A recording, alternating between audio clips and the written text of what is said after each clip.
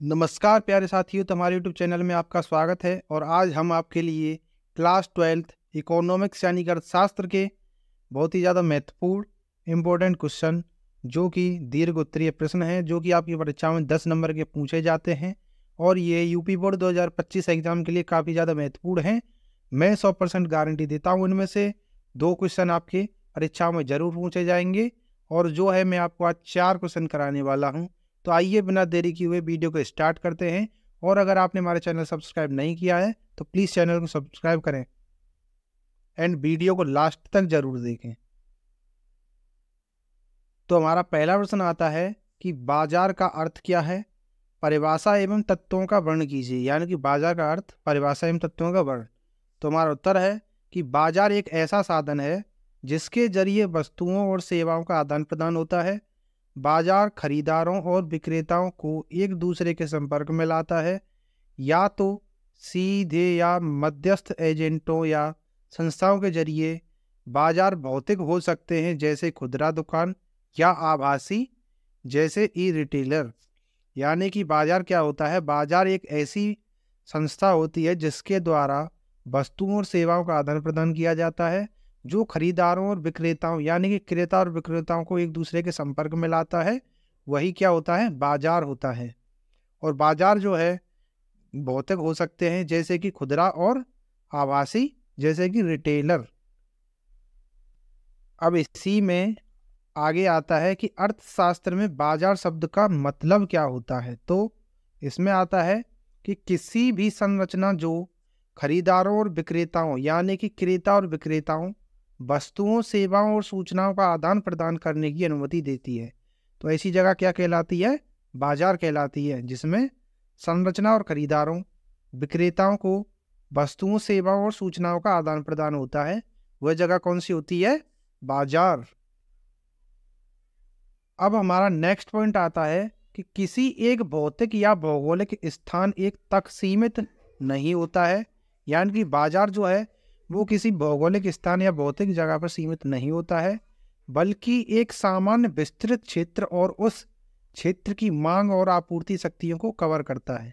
तो बाजार जो है एक ऐसी व्यवस्था होती है जो कि भौगोलिक या भौतिक क्षेत्र का ये तक सीमित नहीं होता है। यह एक सामान्य विस्तृत क्षेत्र यानी कि विस्तृत यानी कि बड़ा क्षेत्र तक जो है, जिसमें क्षेत्र की मांग और आपूर्ति शक्तियों को कवर करता है। आगे नेक्स्ट पॉइंट आता है कि किसी बाजार में कारोबार की जाने वाली वस्तुओं का मूल्य, लागत और कीमत आपूर्ति और मांग की शक्तियों के अनुसार होती हैं। यानी कि किसी बाजार में जब कारोबार की जाने वाली वस्तुओं का मूल्य, लागत और कीमत आपूर्ति और मांग की शक्तियों के अनुसार होती है।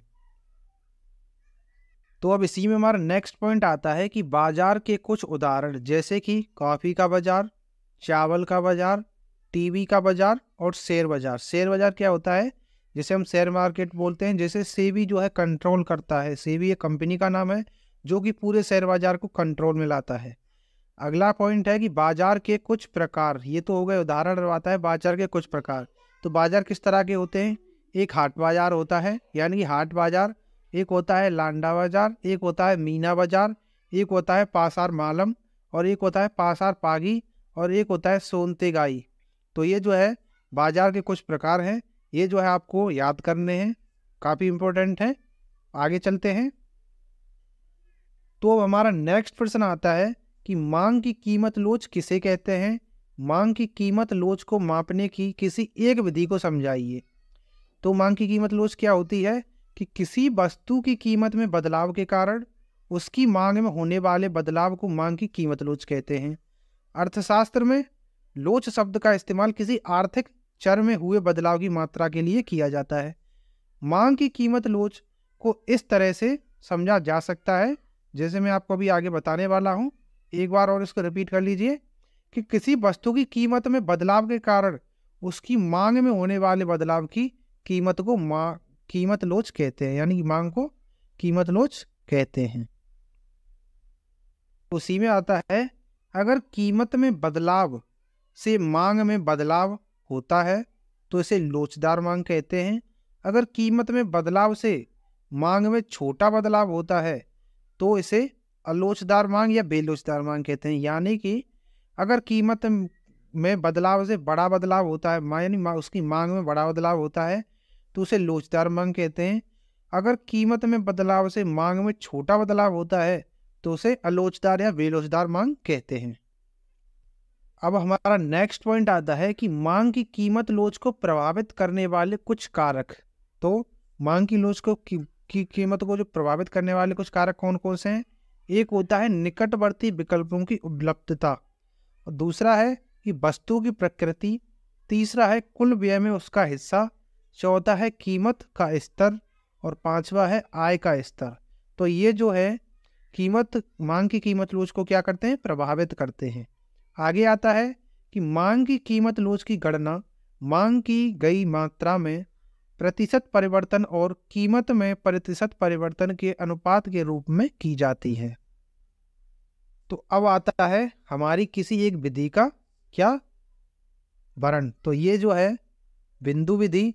तो इसमें क्या होता है कि बोल्डिंग ने मांग की लोच मापने के लिए एक और ढंग बताया। बोल्डिंग कौन है? बोल्डिंग एक प्रोफेसर है जिसे हम प्रोफेसर बोल्डिंग बोलते हैं। तो इस विधि के अंतर्गत मांग रेखा के किसी भी बिंदु पर मांग की लोच जानने के लिए मांग रेखा के उस बिंदु से नीचे आने वाले अंश को उस बिंदु के ऊपर वाले अंश से भाग दिया जाता है।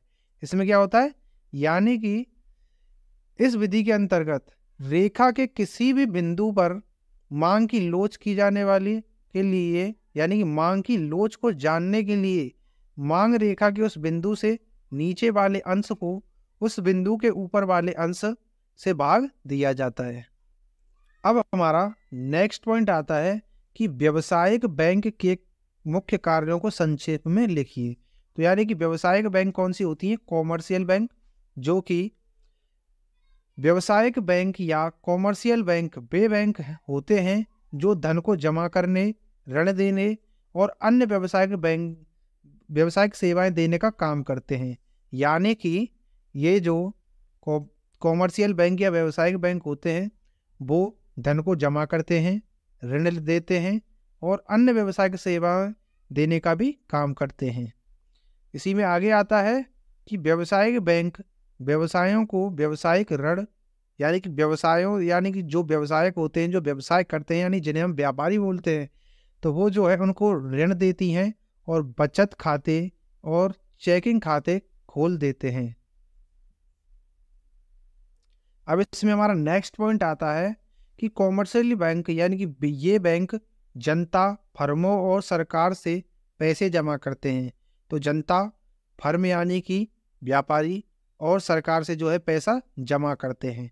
इसी में आगे आता है ये बैंक अपने ग्राहकों के चेक या आदेश पर भुगतान करते हैं। तो मैंने जो है आपको पिछली वीडियो में चेक के बारे में बताया था। अगर आपने वो वीडियो नहीं देखी है तो जाकर देख लीजिए, आपको अच्छे से समझ में आ जाएगा। इसी में आगे आता है ये बैंक जमा धन का इस्तेमाल ऋण या निवेश के लिए करते हैं। यानी कि ये बैंक जो है जमा धन का इस्तेमाल ऋण या निवेश करने के लिए करते हैं। अब इसी में हमारा नेक्स्ट पॉइंट बनता है कि ये बैंक सरकार का बैंकर काम करते हैं और केंद्र और राज्य सरकारों के लिए बैंकिंग सेवाएं देती हैं। इसी में आता है ये बैंक सभी अनुसूचित बैंकों के बैंक खाते रखते हैं। यानी कि जो छोटी बैंक होते हैं उन सभी के जो है खाते रखते हैं। इसी में आगे आता है व्यावसायिक बैंक आर्थिक विकास को बढ़ावा देते हैं और वित्तीय समावेशन को बढ़ाते हैं। ये बैंक सामाजिक बदलाव में भी अहम भूमिका निभाते हैं। तो अब जो है हम आपको बताने हैं कि व्यावसायिक बैंकों के कुछ और काम। तो उनके और क्या काम होते हैं? एक होता है ब्याज और लाभांश का संग्रह और वितरण ब्याज, दूसरा होता है ऋण किस्तें, और तीसरा होता है बीमा किस्तों का भुगतान, प्रतिभूतियों का क्रय विक्रय, चेक, बिल और ड्राफ्ट का संग्रह। तो ये जो है व्यावसायिक बैंकों के कुछ काम होते हैं। अब हमारा नेक्स्ट प्रश्न आता है कि व्यष्टि अर्थशास्त्र क्या है? व्यष्टि अर्थशास्त्र की विषय वस्तु की विवेचना कीजिए। तो ये जो है मैं आपको पहले भी एक वीडियो में थोड़ा बहुत बता चुका हूँ और इसमें जो है अब हम डिटेल में समझेंगे। ये प्रश्न जो है आपके लिए 10 नंबर का बनने वाला है परीक्षा में, तो आप इसे अच्छे से याद करिए। तो आता है कि व्यष्टि अर्थशास्त्र की वह शाखा है जिसमें अर्थव्यवस्था के किसी भी भाग या एक से ज़्यादा इकाइयों के छोटे समूह की आर्थिक गतिविधियों का अध्ययन किया जाता है। व्यष्टि अर्थशास्त्र में व्यक्तिगत आर्थिक इकाइयों जैसे कि उपभोक्ता या उत्पादक से जुड़ी आर्थिक समस्याओं का अध्ययन किया जाता है। यानी कि व्यष्टि अर्थशास्त्र में जो है व्यक्तिगत इकाइयों यानी कि एक कंपनी, एक उद्योग और एक परिवार के बारे में जो है अध्ययन किया जाता है। और व्यष्टि अर्थशास्त्र को हम जो है सूक्ष्म अर्थशास्त्र या छोटा अर्थशास्त्र भी बोलते हैं। और संसाधन आवंटन की समस्या व्यष्टि अर्थशास्त्र का प्रमुख तत्व है। इसी में आगे आता है कि व्यष्टि अर्थशास्त्र के बारे में कुछ और बातें। तो व्यष्टि अर्थशास्त्र समष्टि अर्थशास्त्र का विपरीत होता है, यानी कि व्यष्टि अर्थशास्त्र में सिर्फ छोटी इकाइयों का अध्ययन किया जाता है और समष्टि अर्थशास्त्र में संपूर्ण अर्थव्यवस्था का अध्ययन किया जाता है। समष्टि अर्थशास्त्र में अर्थव्यवस्था की सभी इकाइयों का अध्ययन किया जाता है। अब इसी में हमारा नेक्स्ट पॉइंट बनता है कि व्यष्टि अर्थशास्त्र को सूक्ष्म अर्थशास्त्र भी कहा जाता है, यानी कि छोटा। तो ग्रीक भाषा के उपसर्ग माइक्रो का मतलब होता है छोटा, जो कि हम व्यष्टि अर्थशास्त्र को इंग्लिश में माइक्रो भी बोलते हैं, यानी कि माइक्रो इकोनॉमिक्स। आगे आता है कि अंग्रेजी अर्थशास्त्री अल्फ्रेड मार्शल को व्यष्टि अर्थशास्त्र का जनक माना जाता है। वे नियोक्लासिकल इकोनॉमिक्स प्रिंसिपल के संस्थापक हैं। अब इसमें हमारा नेक्स्ट पॉइंट आता है कि व्यष्टि अर्थशास्त्र की विषय वस्तु क्या होती है। तो इसमें है व्यष्टि अर्थशास्त्र में व्यक्ति, परिवार, फर्म, उद्योग और विषय वस्तुओं का अध्ययन किया जाता है। यानी कि व्यष्टि अर्थशास्त्र में जो है व्यक्ति, परिवार, फर्म, उद्योग और विशेष वस्तुओं का अध्ययन किया जाता है। इसमें यह समझा जाता है कि ये इकाइयां सीमित संसाधनों का इस्तेमाल कैसे करती हैं। अब इसी में हमारा नेक्स्ट पॉइंट आता है, इसमें यह भी समझा जाता है कि ये इकाइयां वस्तुओं और सेवाओं की मांग और आपूर्ति को कैसे तय करती हैं। व्यष्टि अर्थशास्त्र में यह अध्ययन किया जाता है कि एक उत्पादक आर्थिक निर्णय कैसे लेता है।